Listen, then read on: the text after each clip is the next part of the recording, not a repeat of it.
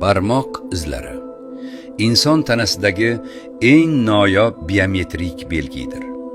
Yer yuzida 8 milliard inson yashaydi va ularning barmoq izlari ham 8 milliard xil. Hech kimniki bir-birini takrorlanmaydi. Bu tasodif emas.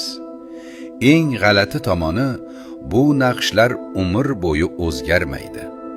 Kessangiz ham, teri tiklansa ham, izlar yana o'sha holatda qayta paydo bo'ladi.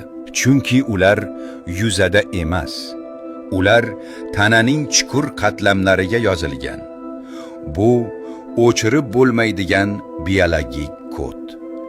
Siz hali tug'ilmasingizdan oldin ona qornidagi ko'rinmas jarayonlar, teri ostidagi bosim, suyuqlik harakati, mikro tebranishlar sizning kelajakdagi izlaringizni shakllantirgan. Siz qayerga teksangiz, iz qoldirasiz.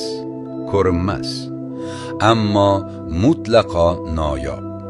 Va ehtimol, dunyoda sizni eng aniq ifodalovchi narsa yuzingiz ham emas, balki qo'ringizdagi mayda chiziqlardir.